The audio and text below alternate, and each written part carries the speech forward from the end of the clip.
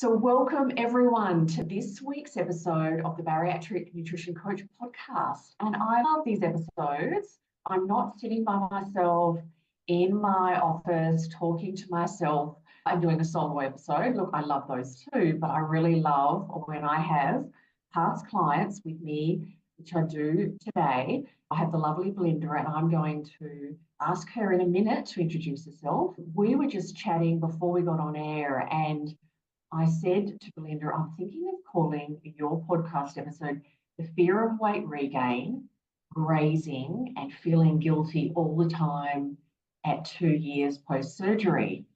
And she laughed and said, that sounds familiar. So welcome, Belinda. Welcome to the podcast. I would love you to share anything you would like to share with the listeners. Oh, thank you. Thanks for having me on here. It's very exciting. Oh, no, I'm excited. I'm so thrilled when my clients say, when I ask them, yes to coming on my podcast, because I know it's a leap of faith, especially if you're not like used to being on podcasts. But yes, I'd love you to share a bit more about yourself. Yeah, well, as you said, my name's Belinda, and I did my surgery 2 years ago now, and I had my surgery on Valentine's Day, which I said is probably the best gift I've ever received on Valentine's Day, to be quite honest.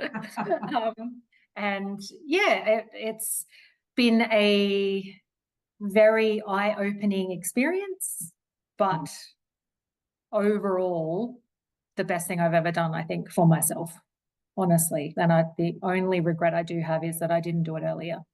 Yeah, that is such a common thing to say. I mean, the early days, the first couple of weeks, people have that, sometimes that buyer's remorse. Yes. But yeah, and it's also what's coming. What is this going to be like for me, and how am I going to get through? Am I going to get the results I want? Are there going to be major challenges, and what's life going to look like? So it's really stepping into a space that you don't really know what's coming. So it's so brave, and it's so lovely to get to that point where you say, it hasn't always been easy, but I'm so glad I did it. So that's beautiful. For sure. I think the first thing I do remember that was really scary when you said buyer's remorse was that I kept saying to mum and dad, oh God, this isn't going to work. It's not going to work. Like, no weight's going to come off, because I've had a lifetime of yo-yo dieting, and as probably everyone who's done this has, and it's just nothing ever seemed to work or was sustainable for long enough. So of course it didn't work. And I just could not believe that, even though my stomach had gone to the 100 mil or whatever they say it is, I'm like, no, it's not going to work. It's not going to work. You know, I just couldn't believe, because I didn't even know what it was like to lose weight. When it did start to come off, it was like, oh my God, this is incredible. Like, it was just, and that's when the euphoria hits and you think, I can do this. This is great. But then you get to sort of 2 years and things change a bit. So that's why I came to you, because things adjusted and it got a bit scary and felt a bit out of control. Yeah. So one thing I just want to touch on before we go to the beginning of your story, because I like to say all good stories start at the beginning. And I think that's really a great place for us to start. But a memory popped up for me. There's a podcast. It's called the Weight Loss Surgery Podcast. And there's a nurse practitioner. They don't put out any new podcasts now, because she did a lot of them and then she stopped, but it still exists. And she had on a podcast a bariatric surgeon. So I thought this was really powerful. He was a bariatric surgeon, and he then had bariatric surgery. And he said he had the same fear. What if this doesn't work for me? So that is the most commonly spoken about fear for bariatric surgery. So you just really shared that and captured that. And I know a lot of people are going to go, yeah, that's either what I'm thinking pre-surgery, or what I'm thinking a year post-surgery, or 6 months post-surgery, or if you haven't quite got to where you want to get to. So thank you so much. So yes, you mentioned a little bit, Belinda, there about weight had always been an issue. And I would love you to share whatever you're open to sharing about your weight history. That's what we dietitians will call it, and doctors will call it. When did overweight begin, and what were the impacts in your life? So as far as probably the pinpoint of time that I can remember, as early as 9 years old, I thought I was fat. that's one moment I can pinpoint. I don't know, I think a cousin teased me about my stomach or something. So I was 9. Like, it's just looking back now, I'm like, how ridiculous. Like at the time it was mortifying. And so from then, I don't know whether that just made me more aware of my body because I didn't realize there was anything wrong with my body before that point. So then it just started the habit of comparing myself to anyone else that was my age or a friend or something similar. And just from then on, it was just a cycle of comparison and eventually self-loathing and the internal monologue of bashing and guilt, and just, it's awful. I look back, I just had a photo recently I shared to Instagram for my dad's birthday, and it's back when I was 15 years old, and it was at a year 10 formal, and I had a photo with him and I'm sort of standing with my arms crossed and everyone's saying, oh, look at you, you've got your snarky face on or something. And I said, no, that's me crossing my arms over my stomach because I thought it was fat and I felt self-conscious and I felt uncomfortable, and that was and they're like, wow, really? And I wasn't at all fat at that point. So it's just, yeah, I can really look back now and think, wow, just so many years of, horrible thoughts and self-loathing. Yeah, and it's so impactful on those experiences, and it's, society, we have a lot to work to do around people, women particularly, and also your body image and appreciating our bodies, and there's nothing wrong with any of our bodies. So thank you for sharing that. I would love to ask, when did maybe overweight or dieting start, Belinda? What time was that in your life? Probably from high school, I think. So probably 13 years old, 14, I started thinking I need to diet because I'm too fat. And I had one of these friends who was just a really thin person. So my best friend was just super skinny. She was probably verging on underweight, really, but she was just a naturally thin person, and she didn't diet or anything. But I would compare myself to her, which is ridiculous because we were just a totally different body shape and style. And looking back, it did me more harm than good, obviously, because I was never going to get that sort of physique. But yeah, just the comparison is awful. And I think that starts very young, especially, I think the hormonal stage, especially, you start. And I hate to think of it now with social media, must be, because I'm old, because I'm 46. So, so I didn't have social media at school, thank God. So now it must be 10 times worse. You know what I mean? Yeah. Oh, definitely. I mean, but yeah, you're younger than me, so I always say anyone younger than me is a young lady.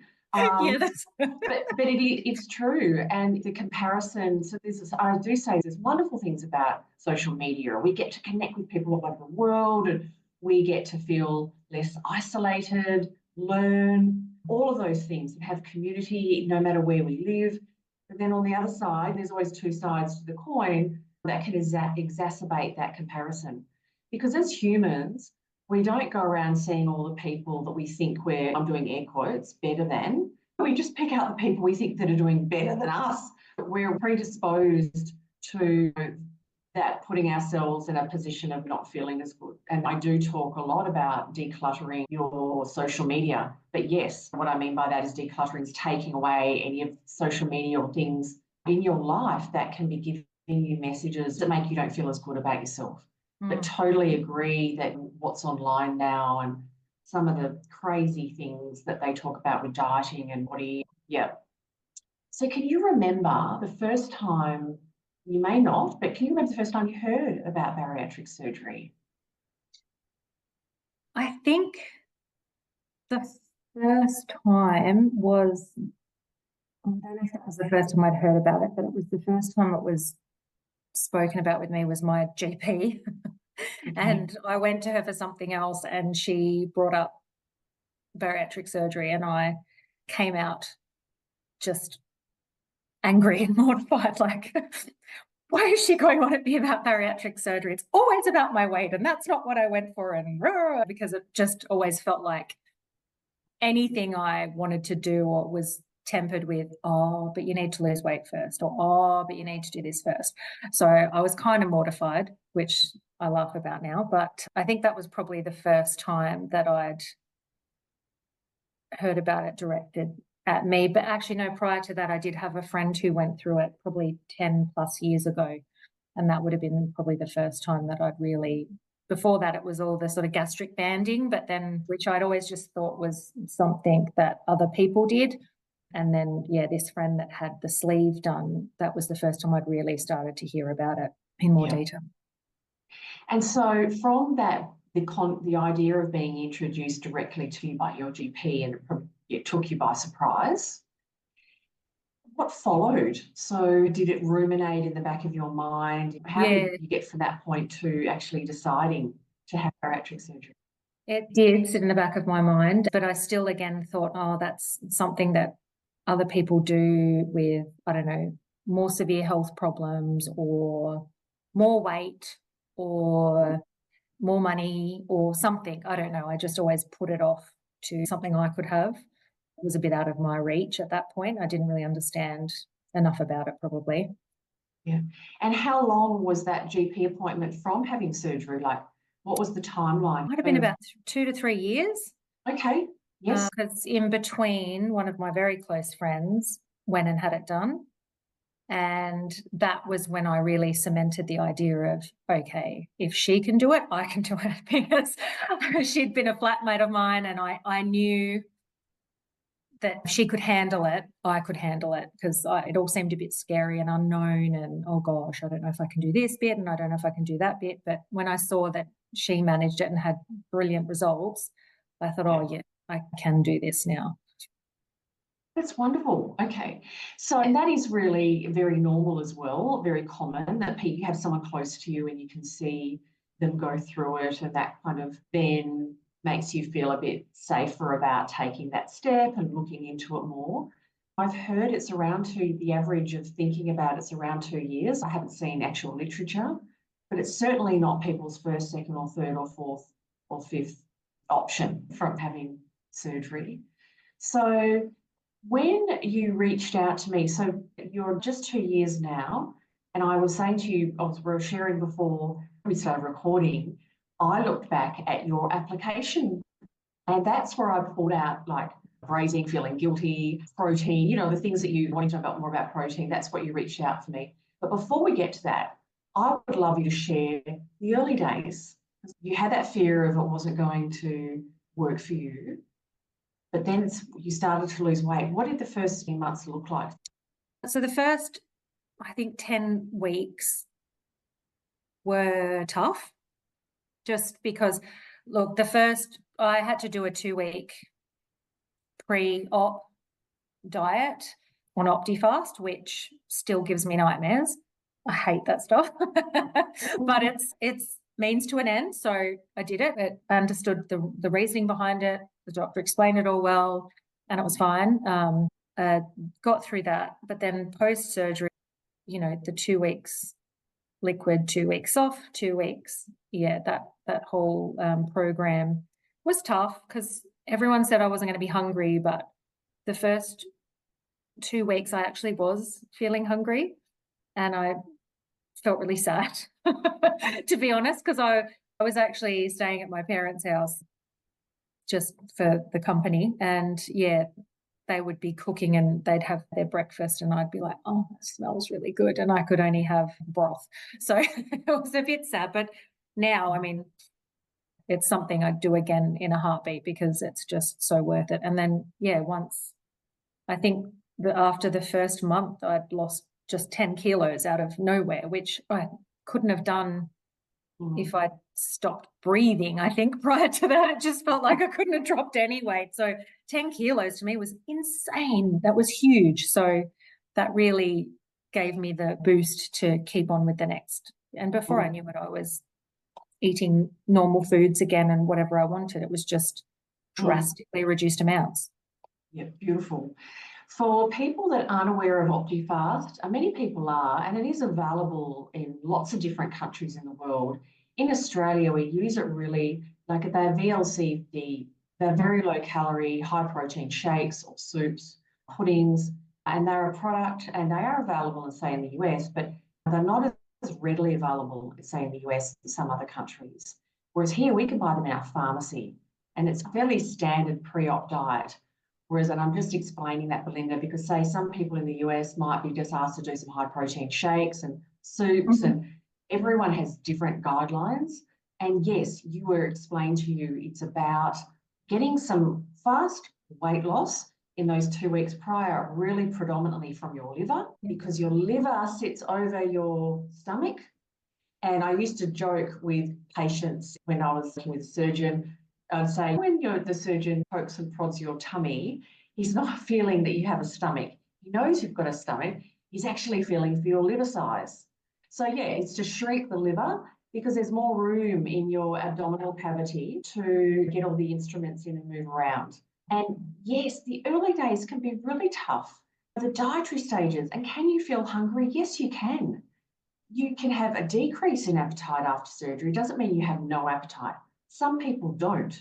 Some people have really hard just even cues to when to, or eating and fluid. But some people still have an appetite. Often you have a decreased appetite and you eat a small amount and then you're satiated. Very, very normal. I think there's a belief that someone might have spoken to someone and said, I didn't feel like eating at all for months or something, or I had no appetite. And then people go into their bariatric journey thinking that's what it should be like. Well, actually, you can be hungry because you've got your cells saying, I want something to eat, please. I'm being underfed.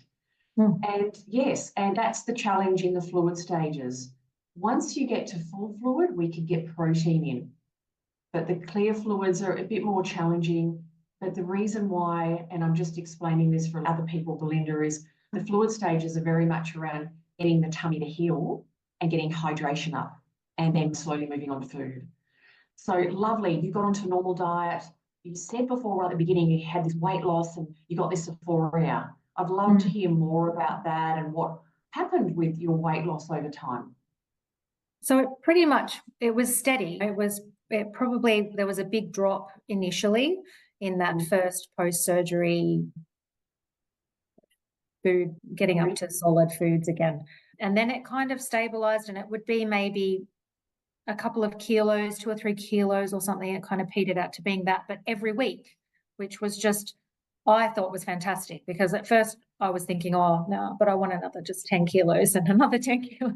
But it's actually felt more sustainable to come off that. I thought, okay, this feels like proper weight loss. They always say you should lose, 1.5 to 2 kilos a week or something. I just thought it was a better, slower, gradual weight loss. And I also thought that might be better for skin and the body shrinking back. And I'm quite lucky that I didn't have any excess skin, really. But they were things that I was thinking about, because they're all the sort of fears that you have going into it. Am I going to have this? Am I going to need further surgeries? Am I going to need this? Yeah. So it was very manageable. I was lucky as well that I didn't have a lot of post-surgery sickness. So I know I've heard people do get a lot of nausea and a lot of issues keeping certain foods down.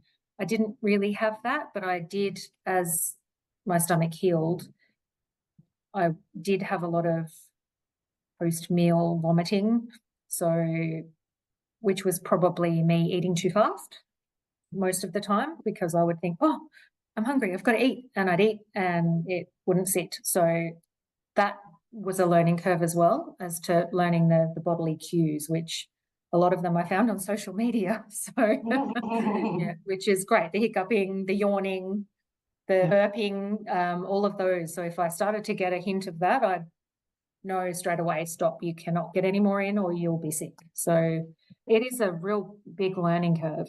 It's huge. Yes.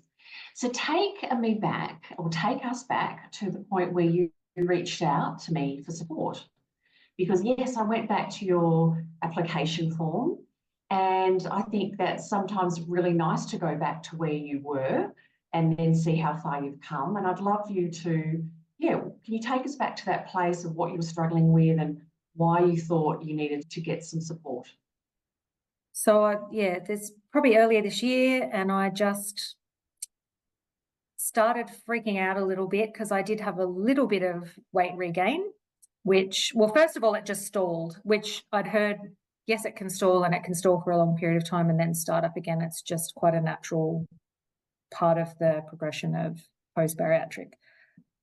But then I started to get regain and just thought, oh my God, this highly traumatic. It really hit me for six, because it's one thing, yeah, I can't even explain how awful it is, because it's literally you think, oh gosh, I failed at this as well. It's just another black mark against the whole weight story. And I was on Instagram and looking at a lot of other accounts that are in the US, and there's a lot of them that have been through it and struggling with regain. A lot of them have put a lot back on, and it kind of freaked me out. And I thought, oh no, I don't want to undo all this work. Like, I went through all of that, and it was hard at different times, and then it was thrilling, and I just kind of wanted to make sure I've done all of this, and I want to continue the way I was going. So then I stumbled across your page, and you were saying all the things. Are you worried about weight regain? Are you worried about snacking? Are you worried? And I thought, yes, help. So that's how I ended up messaging you. Yeah. Look, the things you came to work with me for, well, your struggles are so normal and so common. And I do say that to people when they reach out, and it's not to minimize how you're feeling at all. Oh, this is common, this is normal. It's just to say you're not alone, and it's not you, just it's you. As you get further from surgery, can you eat more? Yes. Do old habits come back? Yes. And it's just something that it's another stage of your journey, okay? And people say terrified of weight regain. It's such a strong word. And I remember when I first started working in the area and people say the word terrified, I'm like, wow, that's a really big word. And I get it. It's that, no, not again. And all of the emotions that come with it. We talked about not knowing about protein and how much to get, feeling guilty. And that is such a common thing, not being confident in what you're doing and what you're eating, and really feeling, then there's that guilt, and then there's that cycle. So I just wanted to encapsulate kind of what I read, also what came from your application form. So let's move into the work we did together, because we worked together, and people listening to the podcast, this is also a video. I'm videoing. And for some reason, my ring light, to make myself look less shadowy, is... Oh, is that what you've got? That's why I look like a ghost. I needed to have that. Yeah. And it's flashing at me. So there's flashes gone off. And it did it this morning in a live. Anyway, I'm going to... And I thought it was my puppy playing with the cords, but it wasn't. Blame the puppy. Anyway, so I just thought I'd let, if anyone's watching, and Belinda. So yeah, let's go into what we did together. And I know you do. Yeah. What were some of the things that you gained from working with me in my boot camp? So one of the main things I realised when I started the panic about weight regain was, my first thought was, oh, I've got a diet. And that filled me with dread, because I thought those days were over and I didn't need to worry about dieting anymore. But then I realised I didn't have enough knowledge from post-surgery, and I really didn't know what I was doing. I didn't know if I was eating properly. I didn't know if I was getting all the right amounts of things, if the things I was eating was okay. I just had no idea. And I realized that other than you should probably hit a 75-gram protein mark a day, I didn't have anything else to go on. So even if I wanted to diet, I had no idea. And I knew I couldn't just do what I did pre-surgery, because it clearly didn't work. And I didn't want to diet. I wanted to work out, how do I sustain and eat properly with this new tool? How do I I've got the tool, how do I make the most of it? And it's going to work if I use it properly, because I've seen it work. So I really just wanted to know, what am I doing wrong? And I was snacking a lot, which turns out because I wasn't eating enough throughout the day or at the right times of the day. I wasn't having enough protein. I wasn't weighing my protein, my meats, etc., in the right way. So little things like that I tweaked that made massive difference. My fluid, I wasn't having enough fluid, and increasing some, what do we call it? Body movement. I like that better than exercise. Sounds nicer. Moving the body. Yeah, moving our body. It Yes. is. Because exercise, it's a bit like the word diet. We have a diet, but we've given it that twist of you're on a diet, because we use the same word interchangeably. And exercise is a bit like that. Exercise is about moving the body, but we also think exercise, often people feel, especially when you've dieted and tried to lose weight for years and years, it can feel like punishment. Oh. People force themselves to do things that they don't enjoy because they think they have to. And so then there's this feeling of it's not a good thing. It's got negative feelings associated. So I like moving the body because you can do bowling, you can run around with the kids, you can do line dancing, you can go back and play netball. Some people are probably like, what is netball? Google it, ladies. It's predominantly females, and I'm not even going to say it's a version of basketball. No, better not. No, but it's fairly Aussie spread. But yeah, moving the body and I always say, like, also talk to you a lot about this, Belinda, something that puts a smile on your face and you enjoy it. Because our bodies are made to move. And after surgery, especially when your energy comes back and you're getting good fuel in and fluid and you feel better, we want to find things we really enjoy and get that lovely feeling from movement. Doesn't mean that some days we're not going to enjoy it. We're just like, time out. I don't feel like doing it. But the research shows that regular movement in the body, regular movement is really pivotal and really important for weight maintenance post-bariatric surgery. Yeah. So it could be a walking group. It's really about being creative. And I do say to people, what did you like doing as a child? What did you like playing?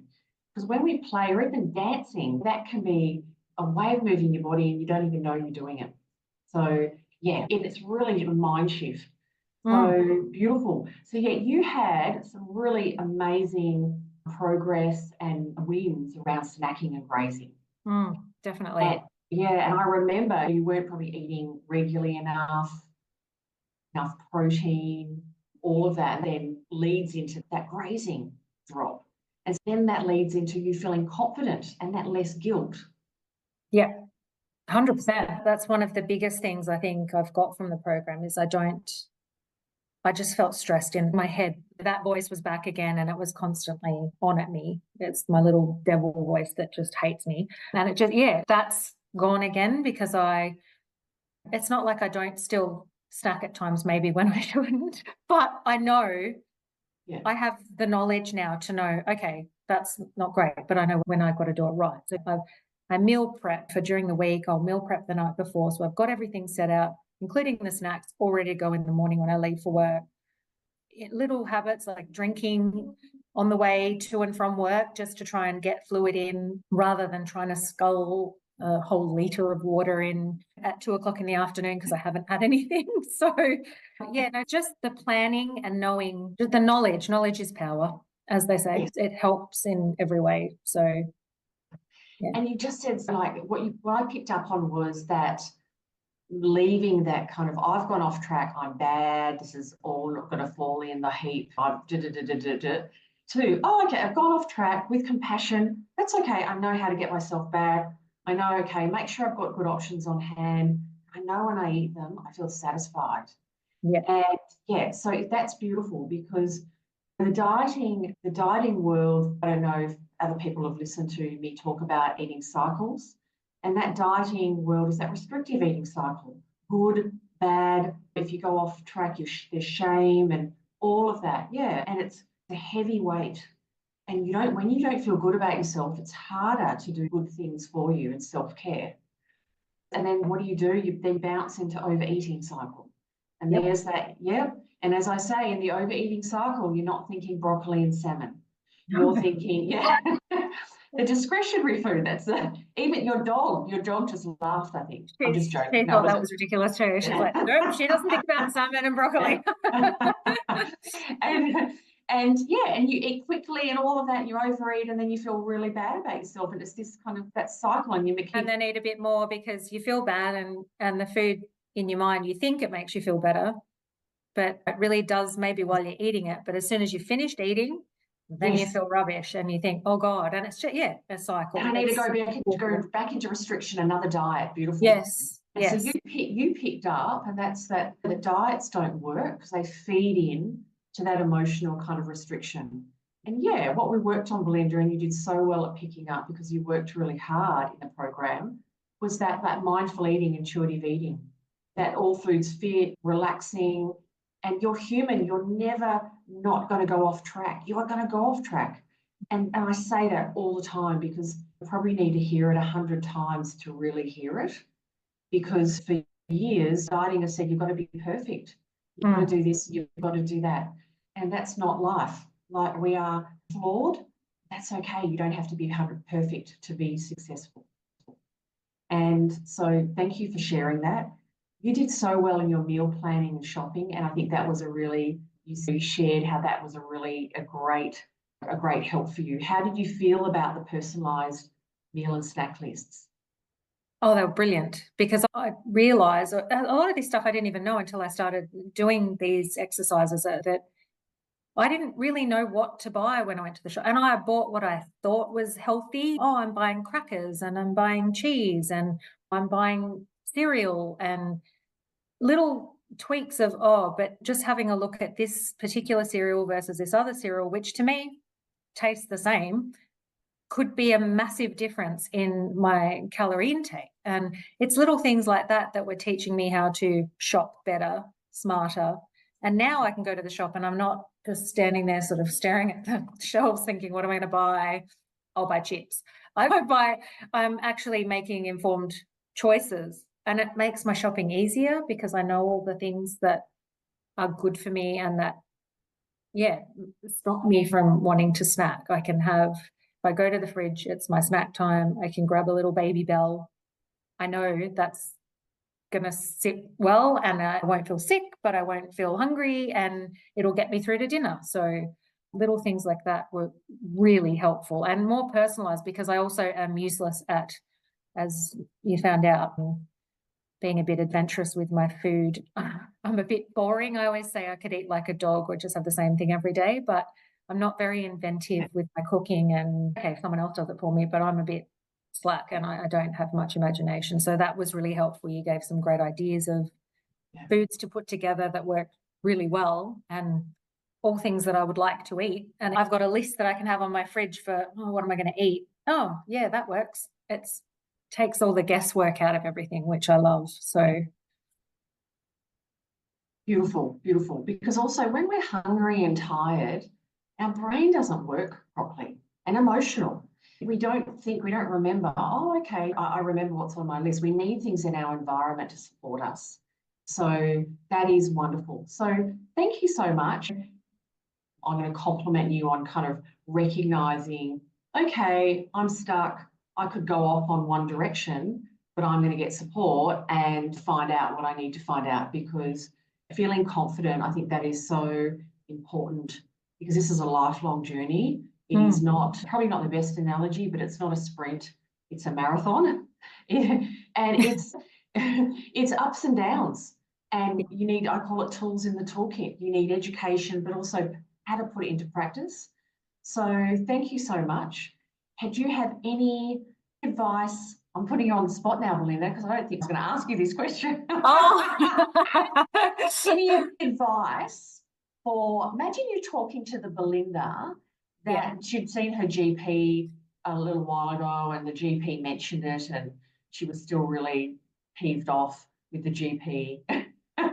It's because I knew in my heart that she was right, but that wasn't where my head was at that time. When you feel like someone's maybe criticising you and you criticise yourself all the time. And she wasn't at all. Yes. Any words of wisdom or reflecting on you as a person pre-surgery in that contemplative stage, I'd love you to share.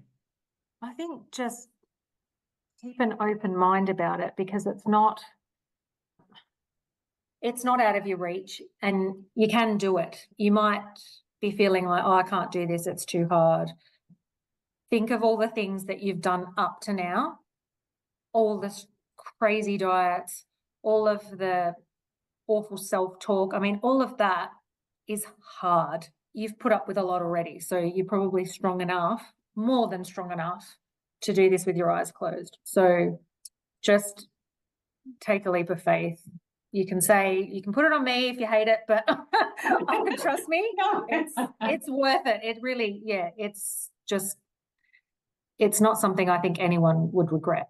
And everyone that goes through this life cycle of dealing with being overweight, I just don't see how anyone would find it a bad experience. And they're all strong enough to get through it. If I can, literally anyone can, because I felt like I was a big sook. And I managed to get through it. So yeah. But also, I think the good point there is that you're also open to support if you needed it. And some people go through stages and the sun's out, I call it the sun's shining, everything's fabulous. But just also being aware that if you ever need support, you reach out for it. Yeah. Because I have another analogy I use, it's a bit like you're going for gold at the Olympics. You're going for gold with your own health and weight. And people go to achieve amazing things, generally not on their own. So if you go through a stage and everything's wonderful, you don't need help, not a problem. But if you ever need help, do reach out. Go back to your bariatric centre. Who's around you that you need? And I'm not necessarily talking even about dietitians. I'm talking about, do you need to talk to your surgeon again? Do you need to talk to a psychologist? Do you need to talk to someone that helps you even move your body? You know? Yeah. And so lovely. Thank you so much for sharing. That's another thing. If you didn't feel that you connected, say, with a dietitian or GP or surgeon, particularly on a support level, don't just think that's the only support you've got and think, I'll just work it out on my own because I can do that myself. I don't really get on with them, or they don't really understand me. Find someone who does and get the support, because you need it. And that's what I did. I found you to help me, and that was the support that I needed, and which was great, because don't just sort of think there's no other support out there. There's lots of support out there. So if you're not happy with where you're currently, then try and reach out and find other options. Exactly, yes, and advocate for yourself. Ask for what you need. So beautiful.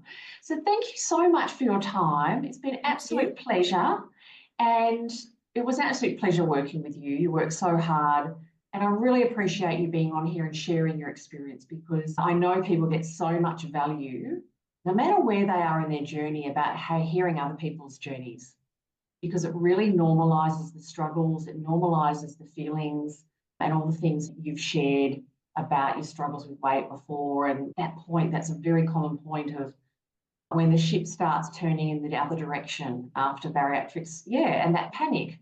So thank you so much, Belinda, and I really appreciate it. Not a problem. Thank you for having me on, and thank you for your help. You're welcome. Okay, bye for now. See you later.